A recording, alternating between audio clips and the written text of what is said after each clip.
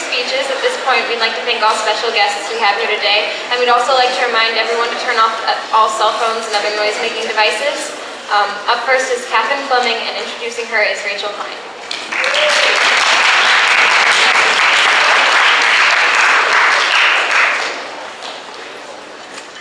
Katherine, I apologize for embarrassing you in advance.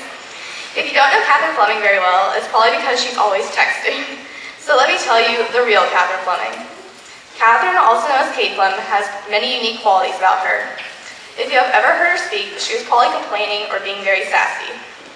She complains about walking, the weather, homework, her hunger, and so much more. One time, when Katherine got pink eye, she complained for hours. She is also a beast at sports.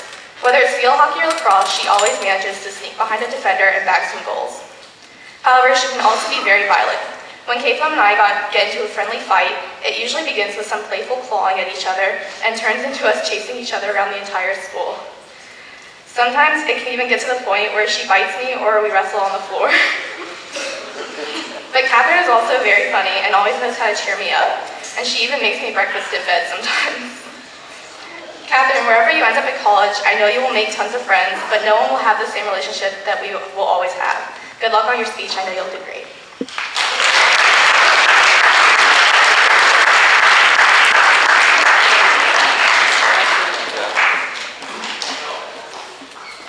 If you know me well enough, you know that I'm really indecisive. So coming up with a senior speech topic was pretty difficult. Today, I'm not going to tell you all about me because that could probably bore you. Instead, I'll share with you the people that are closest to me and how they influence and affect me. To start off, Ken, or Kenneth Coleman Fleming, my dad, and I are more alike than some people may think. Yes, we have the same initials that when you boarded them are KFC, but besides the comments we get from that, our humorous personalities are almost alike. And yes, my dad can go too far in embarrassing me just like any other father. From his goofy, laid-back jokes to coaching middle school lacrosse, or his insane 3 times a week boot camp in the morning before work, I could say my dad is a well-rounded guy. Trying to start up a new company while still doing his job and putting time aside for his family and helping out people around him with even the smallest things, my dad is a great influence to me and for others. Dad, thank you. I know no matter what the situation may be, you'll always be there helping and encouraging me. You've been a big influence in my life, whether you know it or not, and it means a lot. Now, I'd be surprised if anyone here doesn't know my mom, honestly. If you don't, well, she's the one you probably see at least once a day at school, dealing with spiritware, attending a parents' association meeting, or at least dropping something off. And, at times a caller, likes to have control of situations, making sure everything is done right and to her standards, which isn't necessarily a bad thing. From a distance, it looks like she is on a mission and trying to complete the next thing on her list, all in one day. She's Vice President of the Kentucky Lacrosse Association Board and a board member at Cabbage Patch. I don't know how she even has time to sleep sometimes. Mom, I don't know how you do all that you do, but it's pretty amazing. From your crazy schedule and everything that you're part of, I've learned that if you want something, you have to work to get there. And as hard as to admit, you are right most of the time. Caroline, the youngest sister of the family, is an interesting child to say the least. No, I'm not being mean, even though people claim I am. I just say I'm preparing her for the future for any sassy or mean comments she may get from people and how to confront them. You're welcome, Caroline.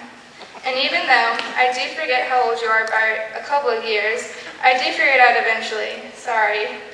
It is fair to say, though, that Caroline and I should take a day and revisit kindergarten class to learn how to share. Growing up, we always had our separate boxes of toys, labeled with our names so we could tell whose were whose. If you ever wanted to try and borrow something, you had to ask. And even though you asked, you weren't always guaranteed a yes on whatever you wanted. Around school, people see Caroline as the mini-me sister, having people come up to me and saying, "You and your sister look exactly alike." Well, I'm starting to take that as a compliment, I guess, considering people claim that she's so cute, adorable, and some of her friends even want to steal her for their own.